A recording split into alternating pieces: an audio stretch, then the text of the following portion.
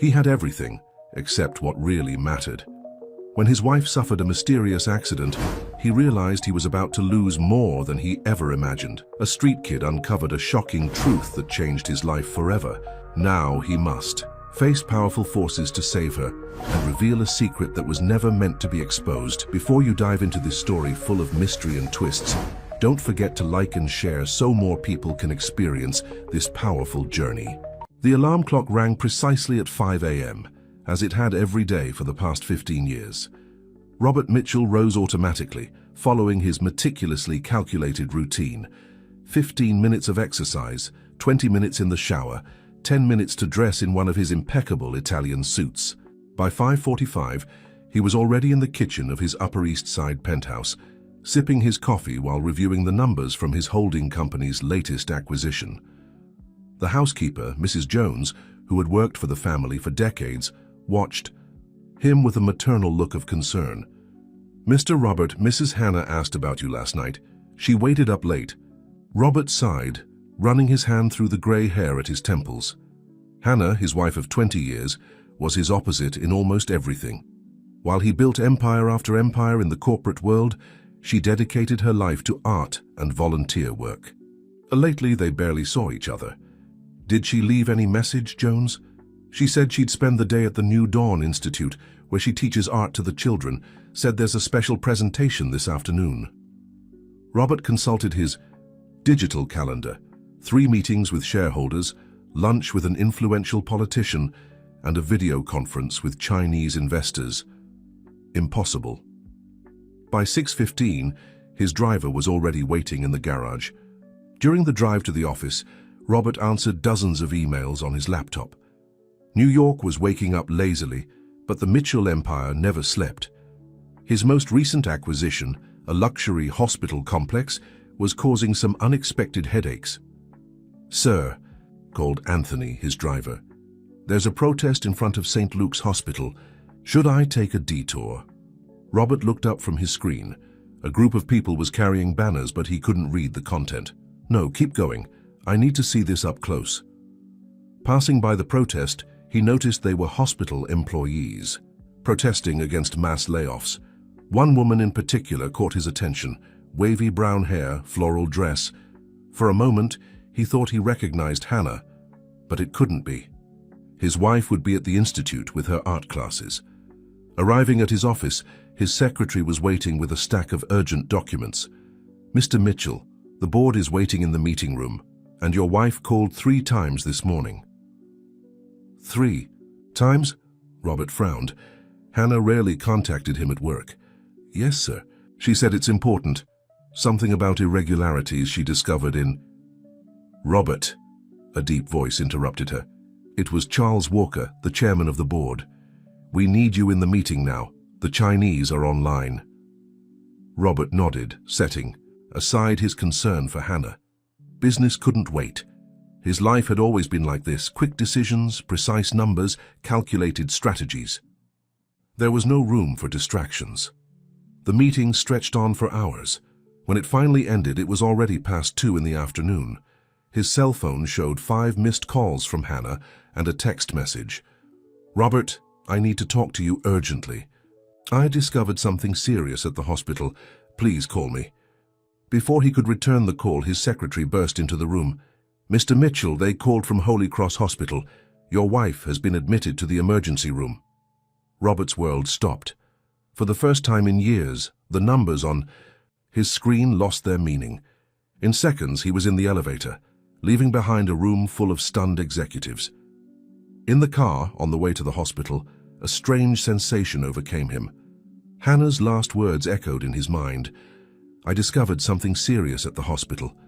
What secret had his wife uncovered, and why was she now hospitalized? As the car wound through New York's chaotic traffic, Robert realized that his meticulously organized life was about to crumble. The man who always had all the answers now found himself facing questions he never imagined he would need to ask. Holy Cross Hospital emanated a different atmosphere that afternoon. Robert, always so self-assured, felt small as he walked through the antiseptic corridors. At the reception, a nurse was frantically typing on a computer. "Hannah Mitchell. I need to know where she is." The nurse looked at him with an enigmatic expression. "Are you a relative?" "I'm her husband, Robert Mitchell." Something changed in the employee's demeanor. She made a quick call, and within minutes Dr. Philip Sanders appeared, a renowned neurologist whom Robert knew from hospital board meetings. "Mr. Mitchell, glad you made it. Your wife is stable but unconscious. She suffered head trauma, apparently, from a fall." "Fall? What fall? Where?" "She was found on the stairs at the New Dawn Institute. One of the teachers came to her aid." Robert felt his stomach turn. Hannah was known for her grace. She had been a dancer in her youth. A fall down. The stairs seemed too improbable. In room 507, Hannah was resting, connected to monitors. Her serene face contrasted with her abnormal paleness. Robert held her hand, noticing a crumpled paper between her fingers. Discreetly, he put it in his pocket. A nurse entered to check the vital signs. "You're the owner of St. Luke's Hospital, aren't you? I saw your photo in the newspaper." Robert nodded distractedly, more concerned with Hannah's heartbeat on the monitor. "Your wife was there yesterday," continued the nurse. "She spent hours talking with the children in the pediatric ward." That information caught him by surprise. "At St. Luke's, are you sure?" "Absolutely. She had a folder full of drawings from the Institute's children. She seemed worried about something." Robert remembered the morning protest. Was Hannah really there? And why would she visit a hospital that wasn't part of her volunteer work? "Doctor." Philip returned with some test results. "Mr. Mitchell, we found something intriguing in the scans. Besides the trauma, there are signs of a substance in her system. We are conducting more tests." "What substance?" "We don't know for certain yet, but it's something that shouldn't be there." Robert sat down, trying to organize his thoughts. Hannah's insistent calls that morning, the message about discoveries at the hospital, the mysterious visit to St. Luke's, and now an unexplained substance in her system. His phone vibrated. It was a message from an unknown number.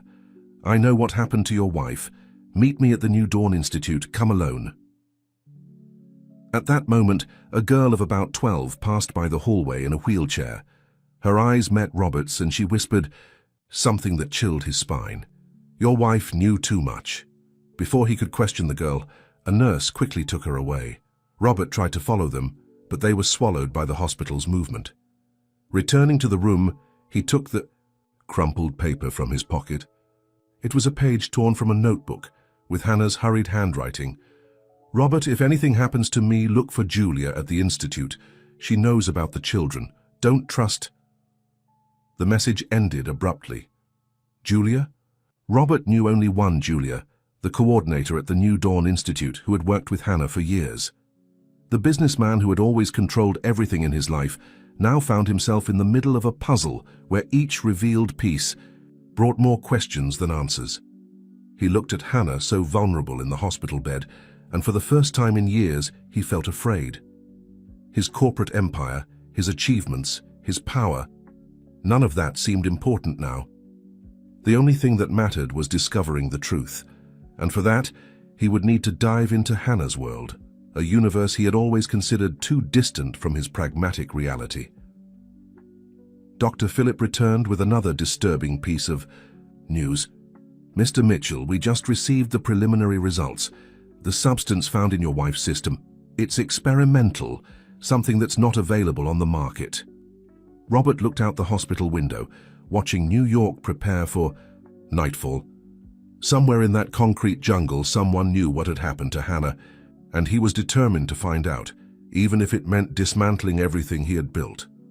The New Dawn Institute seemed an oasis of tranquility amid New York's chaos. Robert parked his imported car in front of the simple but well-maintained building. The contrast between his impeccable suit and the carefree atmosphere of the place couldn't be greater. Upon entering, he was greeted by an explosion of colors. The walls were covered with children's paintings and drawings. In one corner, a mural displayed photos of smiling children alongside Hannah. Robert's heart tightened at seeing his wife's radiant smile, so different from the serene and motionless expression he had seen at the hospital. "Can I help?" A soft voice pulled him from his thoughts. It was a middle-aged woman with graying hair tied in a disheveled bun.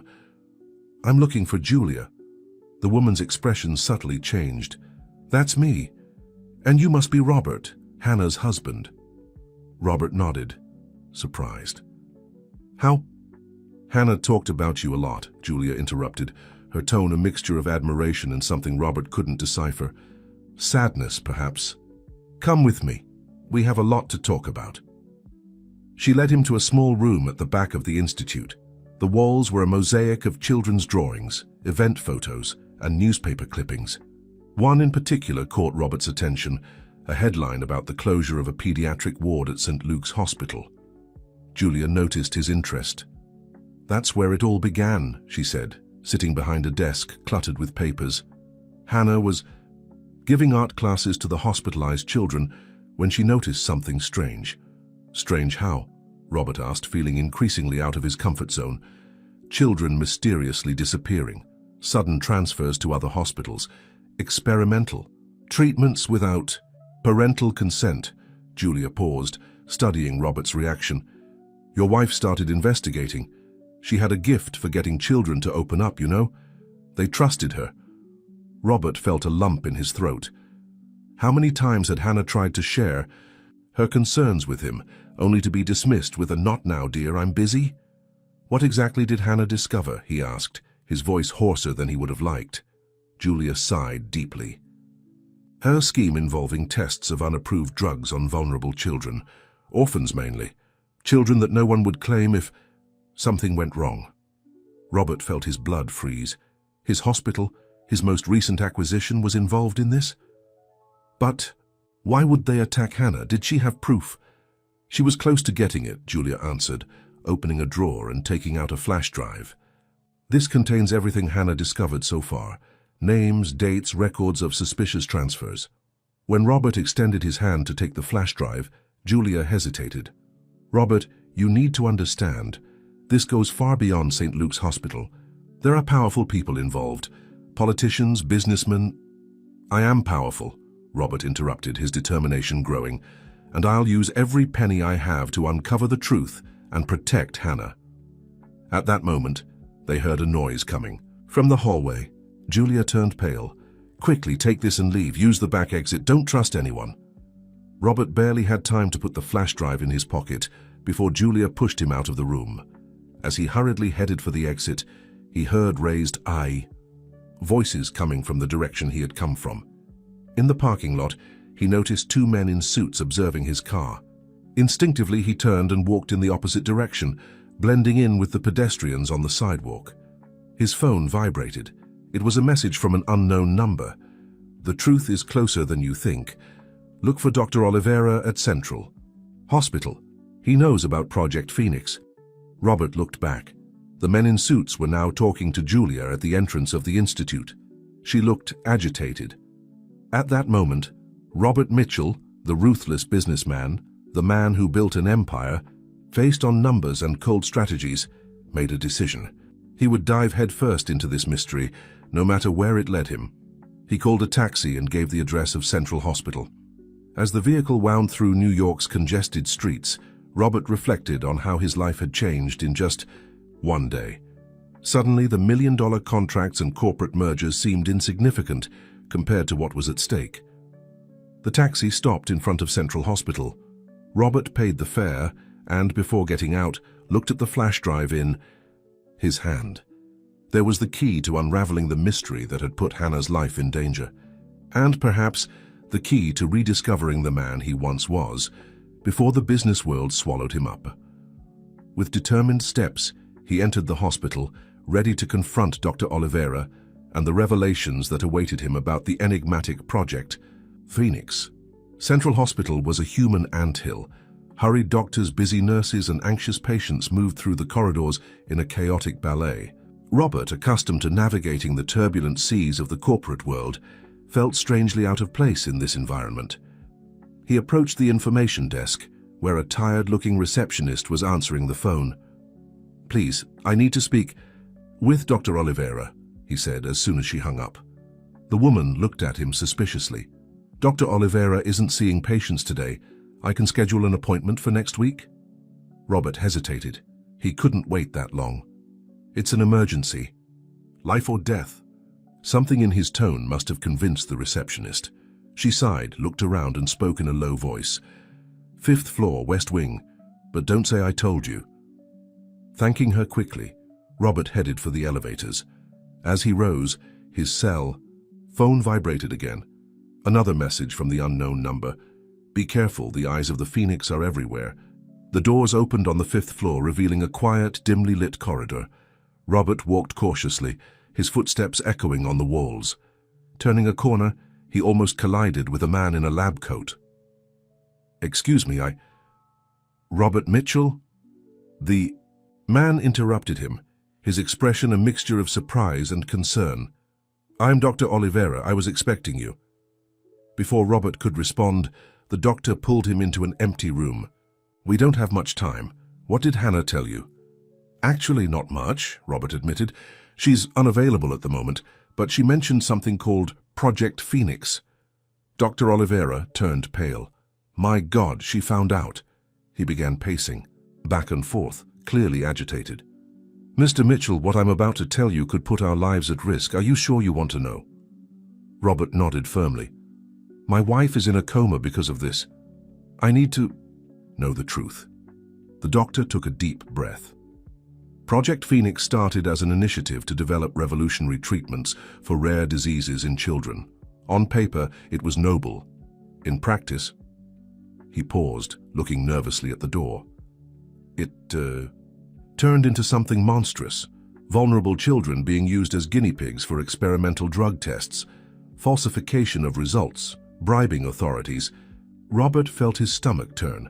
"And St. Luke's Hospital is involved in this?" "Not just St. Luke's," Dr. Oliveira replied, lowering his voice even more. "It's a network that extends across several hospitals, including some of the most prestigious in the country. High-ranking politicians, influential businessmen all have a slice of the pie." Suddenly, the pieces began to fit together in Robert's mind.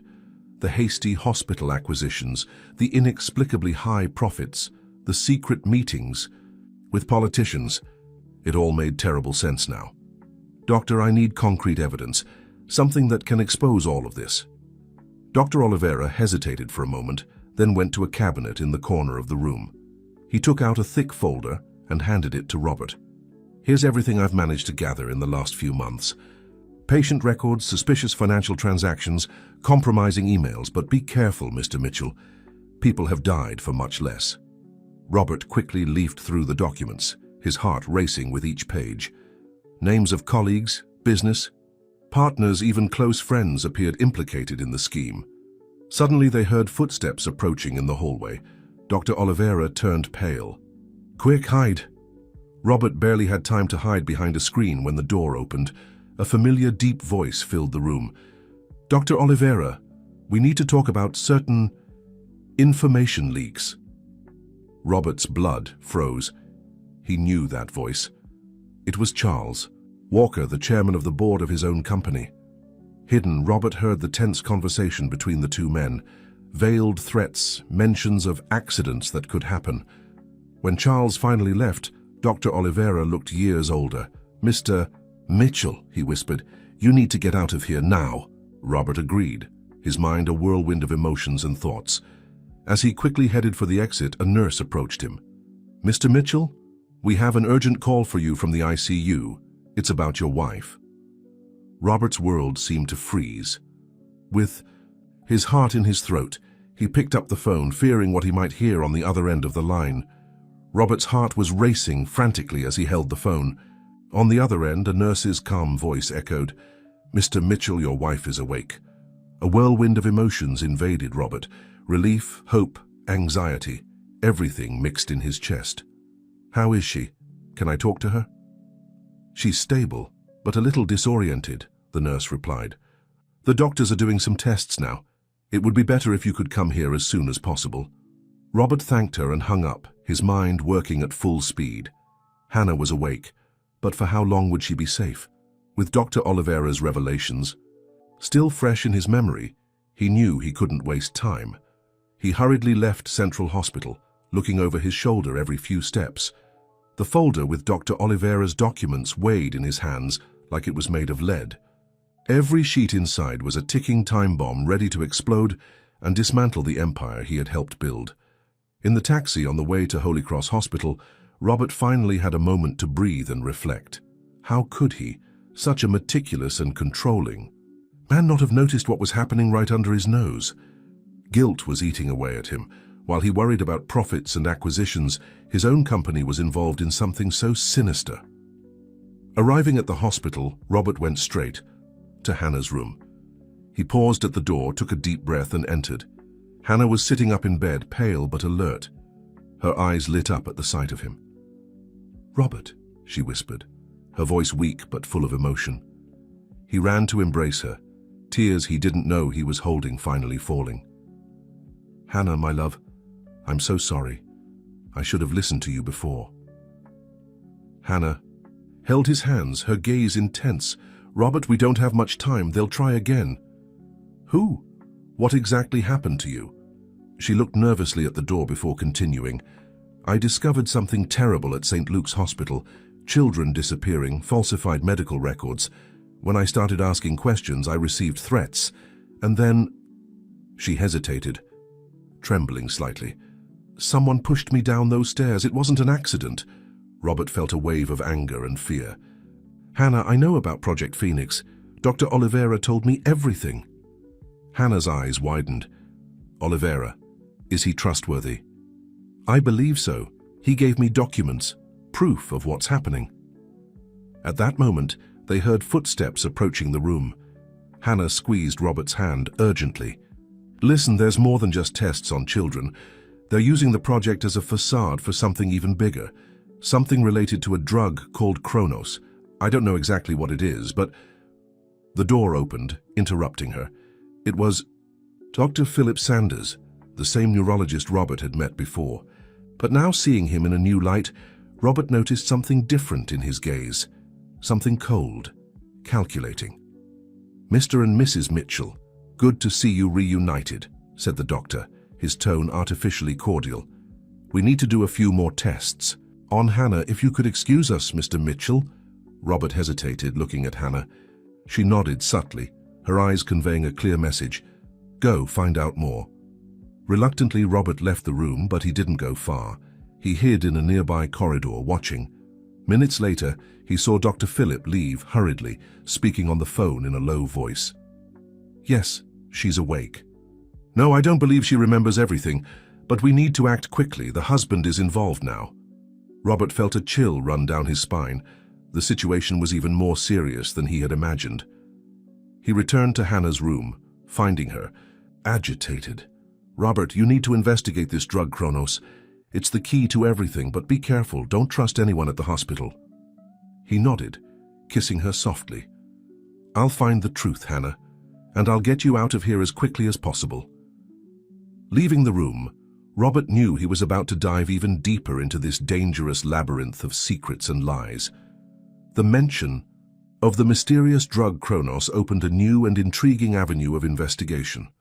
As he walked through the hospital corridors, his mind worked furiously. Who could help him unravel this mystery without putting him in more danger? And how could he protect Hannah while seeking the truth? Robert's cell phone vibrated again. Another message from the unknown number. "The answer you seek is in the basement. Follow the Phoenix symbol." With his heart racing, Robert headed for the elevator. As the doors closed, he knew he was about to descend, not just to the hospital's basement, but into the depths of a conspiracy that threatened to engulf everything and everyone around him. The elevator descended slowly, each floor passing as if it were an eternity. Robert felt the weight of the folder with Dr. Oliveira's documents in his hands, an anchor that tied him to reality as his world crumbled around him. When the doors opened to the basement, he was greeted by a dimly lit, silent corridor.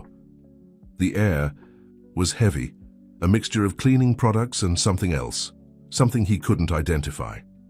Robert advanced cautiously, his eyes scanning every inch in search of the Phoenix symbol mentioned in the mysterious message.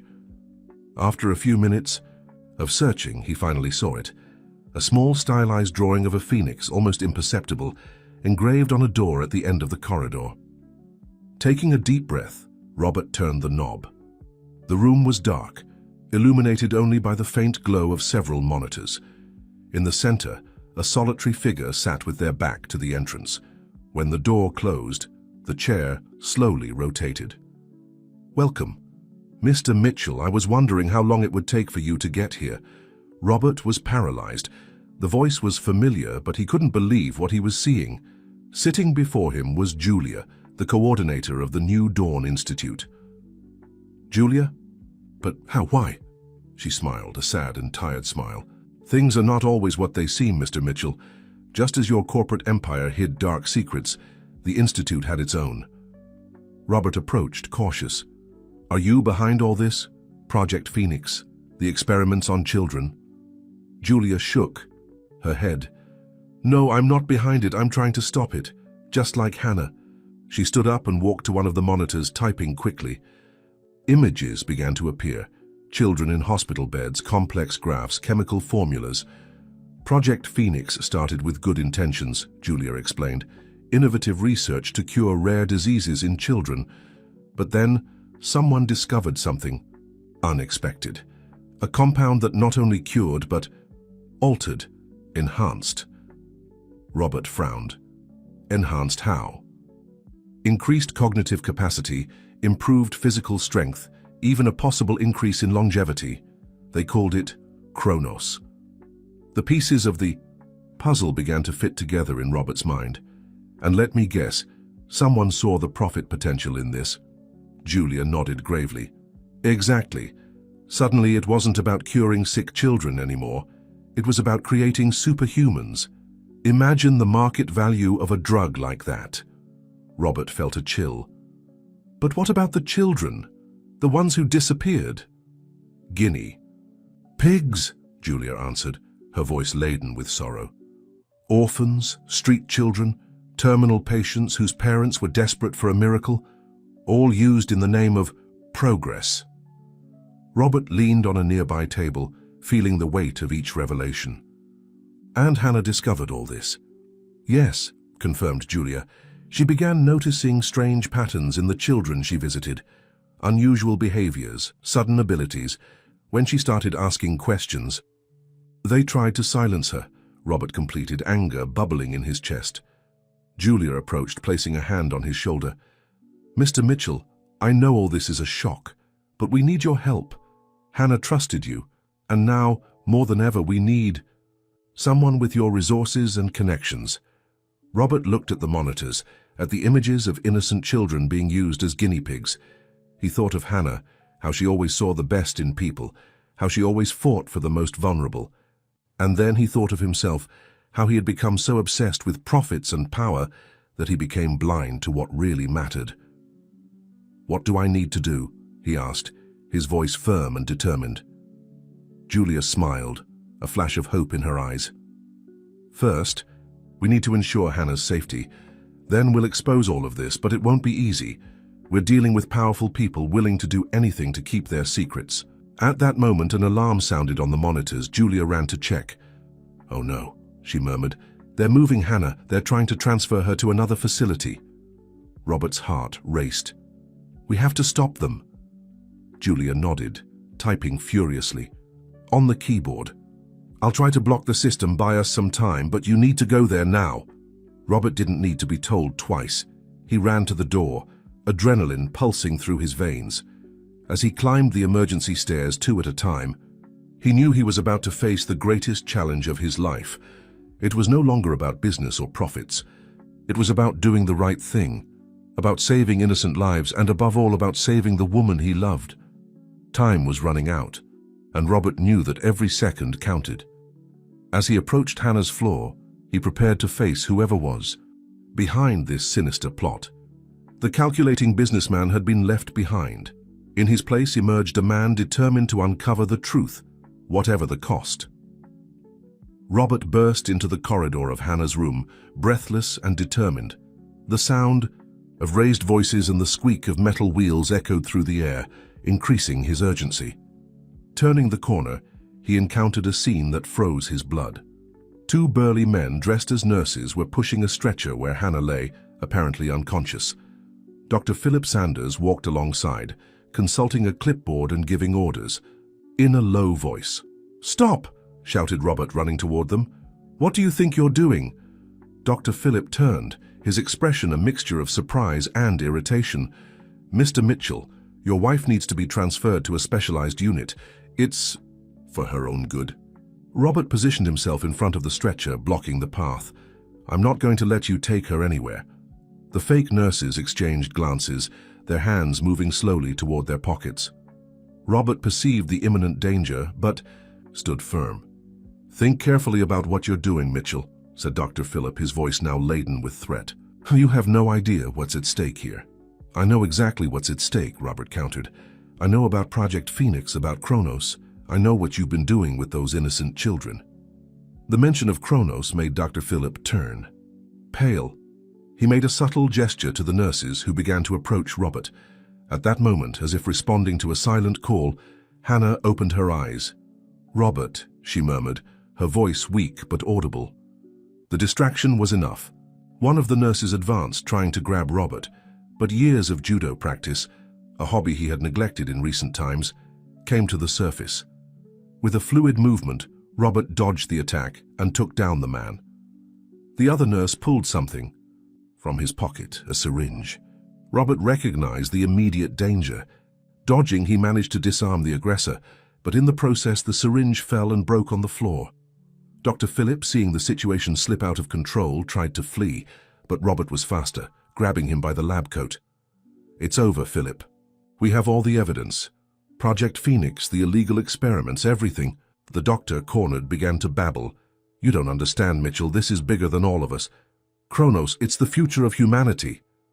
At that instant, the corridor was flooded with hospital security, and to Robert's surprise, police, officers. Leading them, Julia appeared, accompanied by a man in a suit whom Robert recognized as a renowned public prosecutor. "It's all right, Mr. Mitchell," said Julia, approaching. "We managed to alert the authorities in time. They're already aware of everything." As the police handcuffed Dr. Philip and the fake nurses, Robert rushed to Hannah's side. She was awake, her eyes shining with a mixture of relief and determination. "You did it," she whispered, holding his hand. Robert gently kissed her forehead. "We did it. Together." The prosecutor approached the couple. "Mr. and Mrs. Mitchell, we'll need your testimony. What we have here is possibly the biggest medical and corporate scandal in the country's history." In the days that followed, the operation to dismantle Project Phoenix took on gigantic proportions. Hospitals were investigated, executives were arrested, and politicians fell into disgrace. The empire Robert had built suffered a shock, but he didn't care. For the first time in years, he felt truly alive, fighting for something greater than profits and power. Hannah, recovering in the hospital now under police protection, worked tirelessly with the authorities, providing crucial details about what she had discovered. Her courage and determination inspired a wave of denunciations from other employees of involved hospitals. Meanwhile, Julia coordinated efforts to locate and help the children who had been victims of the experiments. It was arduous and emotionally draining work, but necessary. A week after the incident at the hospital, Robert was sitting beside Hannah's bed, both watching a television report about the dismantling of Project Phoenix. "You know," said Hannah, squeezing Robert's hand, "when I started investigating all this, I never imagined it would come to this point. I was afraid of involving you, of putting you in danger." Robert smiled, a tired but genuine smile. "And I never imagined my life could change so much in such a short time. You opened my eyes, Hannah, to what really matters." She returned the smile, her eyes shining with unshed tears. "What will we do now?" Robert looked out the window, watching the sun set over New York. The city seemed different now, full of possibilities and challenges. "Now," he replied, "we start over. We use what we have, our resources, our connections to make a difference. To help those who really need it." Hannah nodded, her expression lighting up with an idea. "The Institute. We could expand it, transform it into something bigger, a place not just for art, but for healing, for ethical research, to give a second chance to those children." Robert felt a wave of emotion wash over him. This was the beginning of something new, something meaningful. He knew the road ahead would be difficult, that there would be obstacles and challenges, but with Hannah by his side, he felt prepared to face anything. As the sun disappeared on the horizon, Robert and Hannah remained hand in hand, their hearts full of hope for the future. The journey that awaited them would be long, but together they were ready to rewrite not only their own stories, but the stories of countless lives they would touch along the way. The months following the dismantling of Project Phoenix were a whirlwind of activities for Robert and Hannah. As investigations deepened, revealing layer upon layer of corruption and collusion, the couple found themselves at the center of a media and legal storm. Robert, once the ruthless business titan, now found himself in a completely new role, that of whistleblower and reformer. He voluntarily gave up a large part of his fortune to establish a compensation fund for the victims of Project Phoenix. Mornings that were once dedicated to board meetings were now filled with police testimonies and interviews with prosecutors. Hannah, in turn, channeled her energy into expanding the New Dawn Institute. With the help of Julia and a growing team of dedicated professionals, the institute was transforming into a center of excellence for the treatment and rehabilitation of children affected by unethical medical experiments. On a sunny spring afternoon, Robert and Hannah were on the institute's terrace watching children playing in the newly built garden. "Did you ever imagine we would be here a year ago?" asked Hannah, resting her head on Robert's shoulder. He smiled, shaking his head. "Not even in my wildest dreams. But now I can't imagine myself anywhere else." The sound of footsteps interrupted the moment. It was Julia, carrying a folder full of documents. "Sorry to interrupt," she said, "but we have news about Maria's case." Maria was one of the children most affected by Kronos. At 10 years old, she demonstrated the cognitive abilities of an adult, but suffered from severe side effects, including chronic pain and insomnia. "The new treatments are working," continued Julia, a smile lighting up her tired face. For the first time in months, she slept through the night without pain. Hannah let out a sigh of relief, tears of joy shining in her eyes. Robert felt a lump in his throat. Each small victory like this made the entire struggle worthwhile. "And what about the others?" asked Robert. "Any progress with the international authorities?" Julia nodded. "Yes, finally. Interpol is collaborating with us to track some of the children who were taken out of the country. It's a slow process, but we're making progress." As they discussed the next steps, Robert's cell phone vibrated. It was a message from his lawyer. The trial of Charles Walker, former chairman of the board and one of the main architects of Project Phoenix, had been scheduled for the following month. "Looks like we'll finally have closure," said Robert, showing the message to Hannah. She squeezed his hand. "It's going to be hard to confront him again." "I know," Robert replied, "but it's necessary. For all these children, for us, for everything we've been through." As the sun began to set, painting the New York sky with shades of orange and pink, the three remained on the terrace discussing plans and dreams for the future. The New Dawn Institute was not just a place of healing, but a symbol of hope and redemption. Robert thought about how his life had changed. The man who once cared only about profits and acquisitions now found deep satisfaction in each recovered smile, in each small progress of the children under his care. Hannah, noticing his contemplation, asked, "What are you thinking about?" "About how sometimes we need to lose everything to find what really matters," he replied, pulling her close.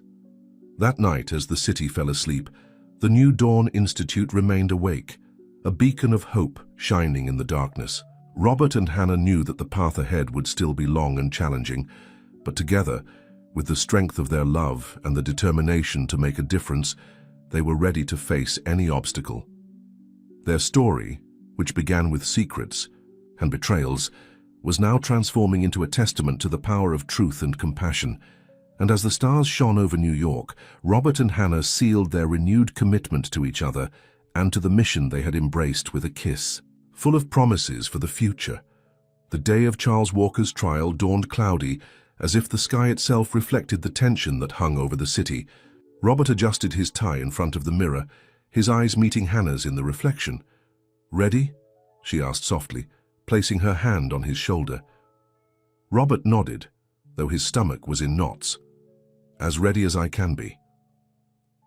The courthouse was packed when they arrived.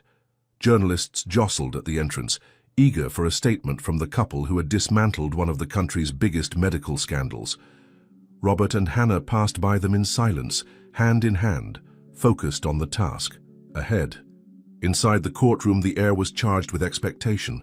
Robert swept his eyes across the room, noticing familiar faces. Executives he once called friends, politicians he had dined with, doctors he used to admire.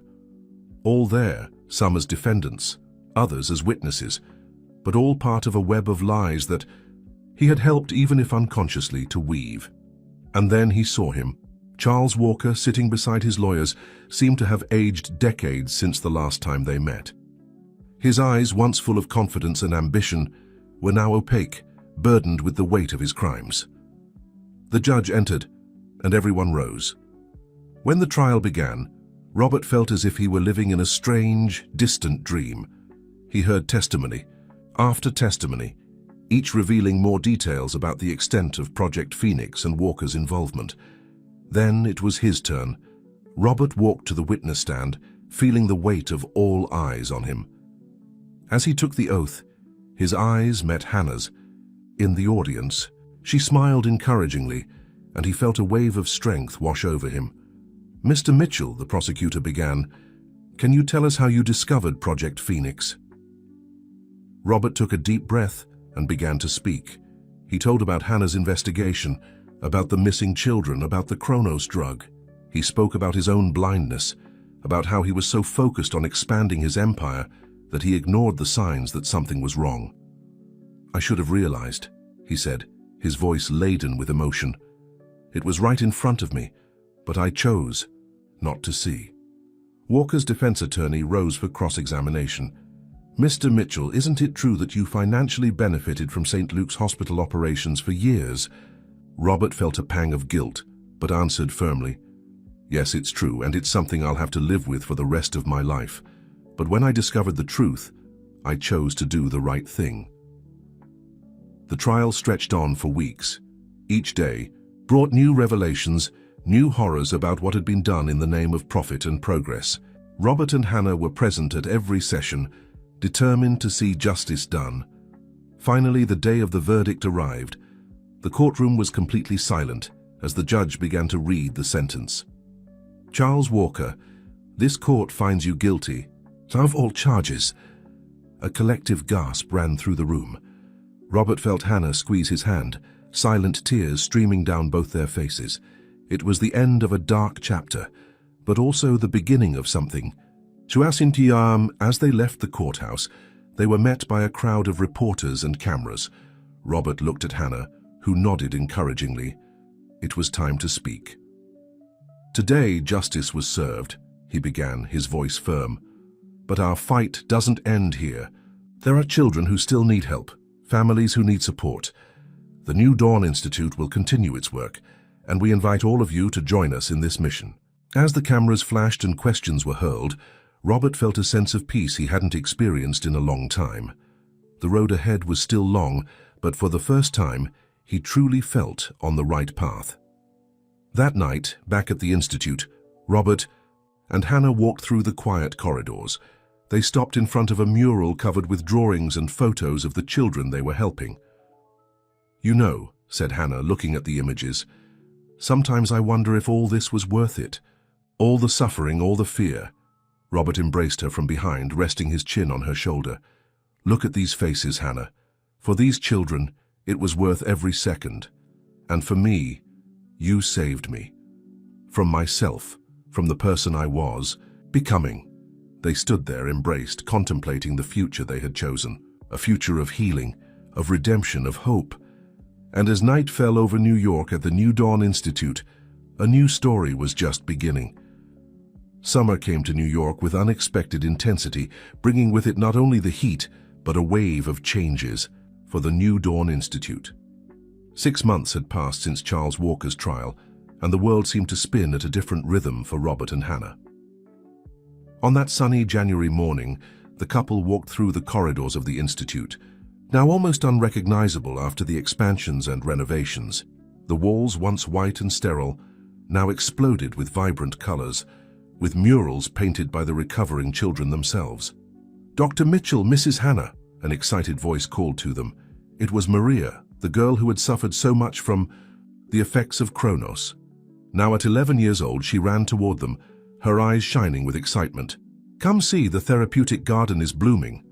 Robert and Hannah exchanged smiles before following the girl to the terrace, where a lush garden stretched out. Beds of medicinal herbs mingled with colorful flowers, and in the center, a small community garden was beginning to bear its first fruits. "Look," exclaimed Maria, pointing to a loaded tomato plant. "I planted this one, and those lettuces over there. Julia taught me how to take care of them." Hannah knelt down, hugging the girl. "It's beautiful, Maria. You have a real gift." Robert observed the scene, feeling an emotion that still caught him by surprise sometimes. Seeing Maria's progress, from a child tormented by constant pain to this vibrant, full-of-life young girl, was a powerful reminder of why they had embarked on this journey. "Mr. Robert," called Maria, her expression suddenly serious. "Can I ask you a question?" "Of course, dear. What is it?" "Why do people do bad things to children like those doctors did to us?" The question caught Robert by surprise. He exchanged a look with Hannah before kneeling beside Maria. "You know, Maria, sometimes people get lost. They become so focused on an idea, on achieving a goal, that they forget what really matters." He paused, carefully choosing his words. "But what's important is that when we realize we're on the wrong path, we have the chance to change, to do the right thing." Maria nodded, thoughtful. "Like you and Mrs. Hannah did?" Hannah smiled, joining them. "Exactly. And that's why we're here now, to help you and ensure that nothing like this happens again." At that moment, Julia appeared on the terrace carrying a stack of papers. "Ah, good thing I found you. We have exciting news." The group gathered at a nearby table as Julia spread out the documents. The World Health Organization has reached out. They want to use the New Dawn Institute as a model for a global program for rehabilitating victims of unethical medical experiments. Robert and Hannah exchanged looks of surprise and emotion. "That's amazing," said Robert, leafing through the papers. "It means we can help many more people on an international scale." "Exactly," continued Julia, her eyes shining with enthusiasm. "They're proposing partnerships with ethical research institutions around the world. Imagine how many lives we can impact." As they discussed the details of the proposal, Robert couldn't help but reflect on the journey that had brought them here. From a profit-obsessed businessman to a man dedicated to repairing the damage caused by his former blindness. The transformation seemed almost impossible to believe. "What do you think?" asked Hannah, noticing his contemplative silence. Robert smiled, looking around, at Maria, who was now carefully watering her plants, at Julia, whose tireless commitment had been fundamental to the Institute's success, and at Hannah, his partner in every sense, whose courage and compassion had changed not only his life, but that of so many others. "I think we're just getting started," he replied, feeling a wave of renewed determination. "We have the chance to do something truly meaningful, to change lives on a scale we never imagined." Hannah nodded, her eyes shining with tears of joy. "Together?" "Always together," confirmed Robert, holding her hand. That afternoon, as the sun began to set over New York, casting a golden light over the therapeutic garden, Robert and Hannah remained on the terrace, watching the children playing and tending to the plants. The sound of laughter and animated conversations filled the air, a living testament to the power of healing and hope. The New Dawn Institute had become more than just a rehabilitation center. It was a beacon of hope, a place where the seeds of the future were being planted and cared for with love and dedication. And as night fell gently over the city, Robert and Hannah knew that no matter what challenges the future might bring, they would face them together, with the strength of their love and the conviction that they were, finally, on the right path. Autumn came to New York, bringing with it a cool breeze and the promise of change.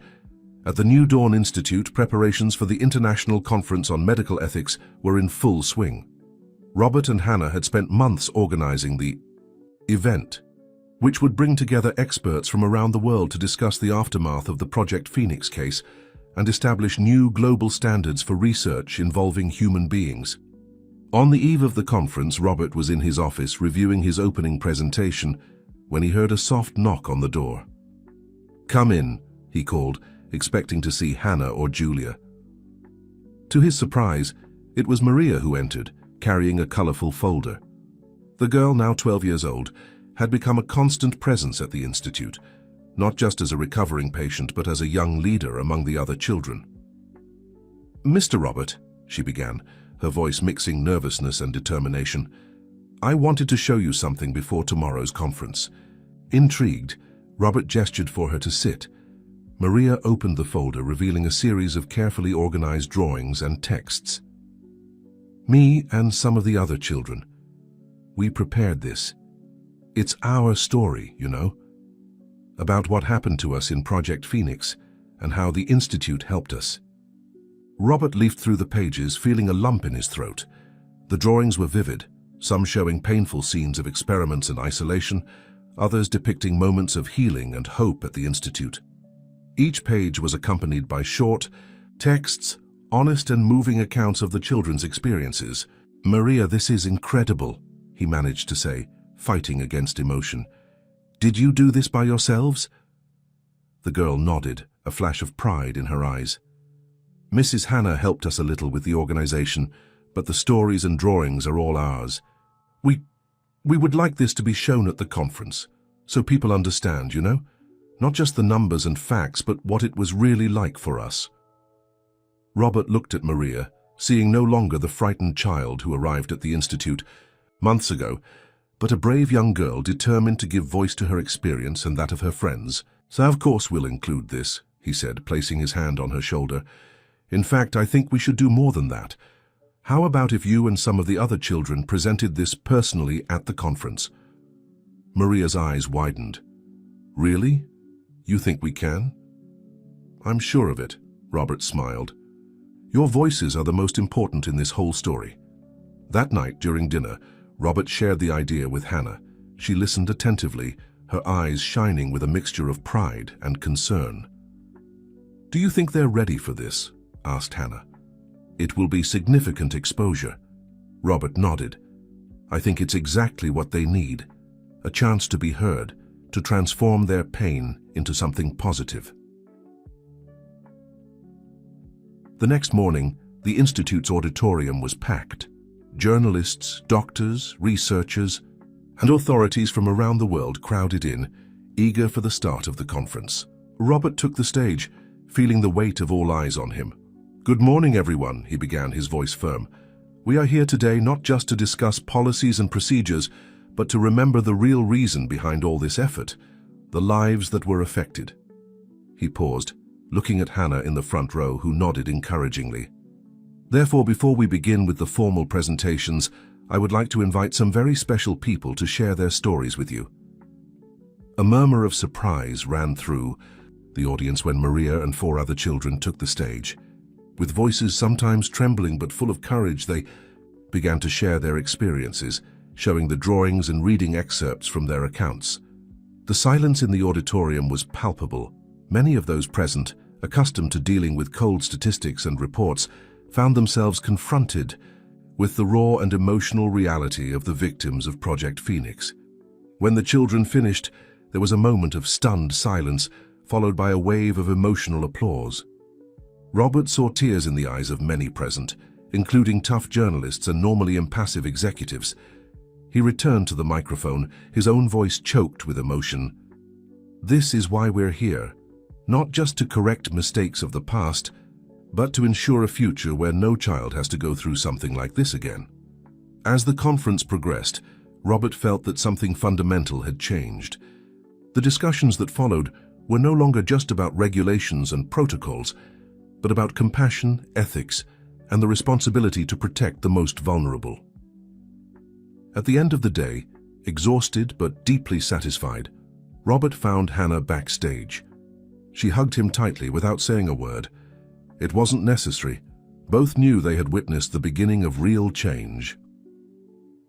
As they walked hand in hand through the corridors of the institute, passing smiling children and dedicated staff, Robert felt a certainty growing in his heart. The road ahead would still be long and challenging, but every step would be worth it. For at the New Dawn Institute, and now on a much larger scale, they were not just healing wounds of the past, but actively building a more ethical, compassionate, and hopeful future for everyone. 5 years had passed since the international conference that changed the course of global medical ethics. The New Dawn Institute, once a small project born of pain and redemption, was now recognized worldwide as a beacon of hope and innovation. On a sunny spring morning, Robert and Hannah walked hand in hand through the Institute's lush gardens, now expanded to occupy an entire campus. The sound of laughter and animated conversations filled the air, coming from the various facilities scattered across the grounds. "Can you believe how much we've changed?" asked Hannah, her eyes shining with a mixture of pride and nostalgia.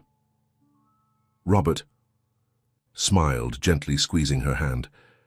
"Sometimes it feels like a dream, but then I look around us and realize it's much better than any dream I could have had." They stopped in front of a new building, its modern facade harmoniously contrasting with the surrounding gardens. It was the Center for Advanced Ethical Research, the latest addition to the Institute. "Ready for the grand opening?" asked Julia, approaching with a tablet in her hands. The years had been kind to her, adding only a few silver strands to her hair and lines of expression that spoke of frequent smiles. "As ready as we can be," replied Robert. "Are the children prepared?" Julia nodded, smiling. "They're more than ready. In fact, they're eager to show their projects." As they headed for the opening ceremony, Robert reflected on the journey that had brought them here. The New Dawn Institute was no longer just a rehabilitation center, but a complex that encompassed research, education, and medical care, all grounded in the highest ethical standards. The auditorium was packed. Journalists, researchers, politicians, and most importantly, families and children who had been touched by the Institute's work over the years. Robert took the stage, feeling a wave of emotion at seeing so many familiar faces. "Welcome," he began, his voice clear and confident. "Today we are not just inaugurating a new building. We are celebrating a new chapter in the history of medicine and humanity." He paused, his eyes finding Hannah's in the front row. 5 years ago we gathered here to face the mistakes of the past. Today we are here to shape the future, a future where ethics and compassion go hand in hand with scientific progress. The keen curtains behind him opened, revealing a group of young researchers, many of whom Robert recognized as former children of the Institute. Among them, Maria stood out, now a young woman of 17, her eyes shining with determination and purpose. "These brilliant young people," continued Robert, "are living proof that with the right care and guidance, even the most painful experiences can be transformed into strength and wisdom." Maria stepped forward, her posture confident. "Our first project at the Center for Advanced Ethical Research is a study on the long-term effects of Kronos and the development of therapies to reverse its negative impacts," she announced, her voice firm. "But more than that, we are working on ethical guidelines that will ensure no child has to go through what we went through." The applause was deafening. Robert saw tears in the eyes of many present, including Hannah and Julia. When the ceremony ended and the guests began to explore the new facilities, Robert found a moment of quiet. Standing by a window, observing the movement on campus, he felt a deep sense of accomplishment.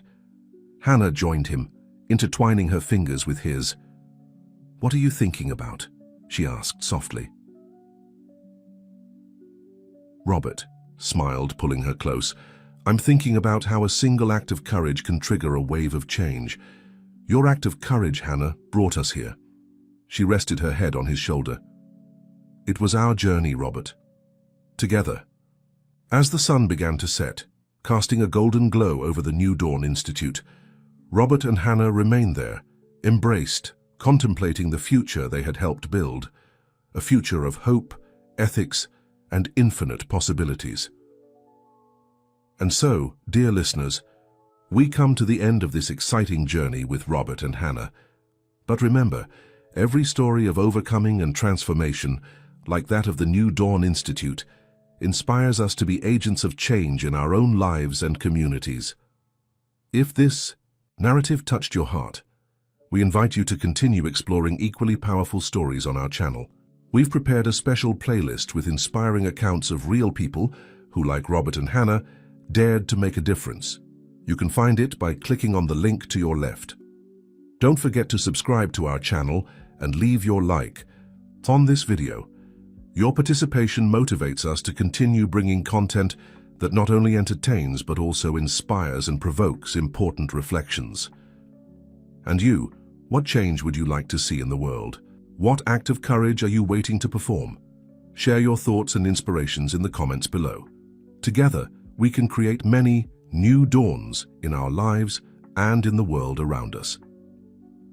Until the next story, and remember, each new day is an opportunity to make a difference.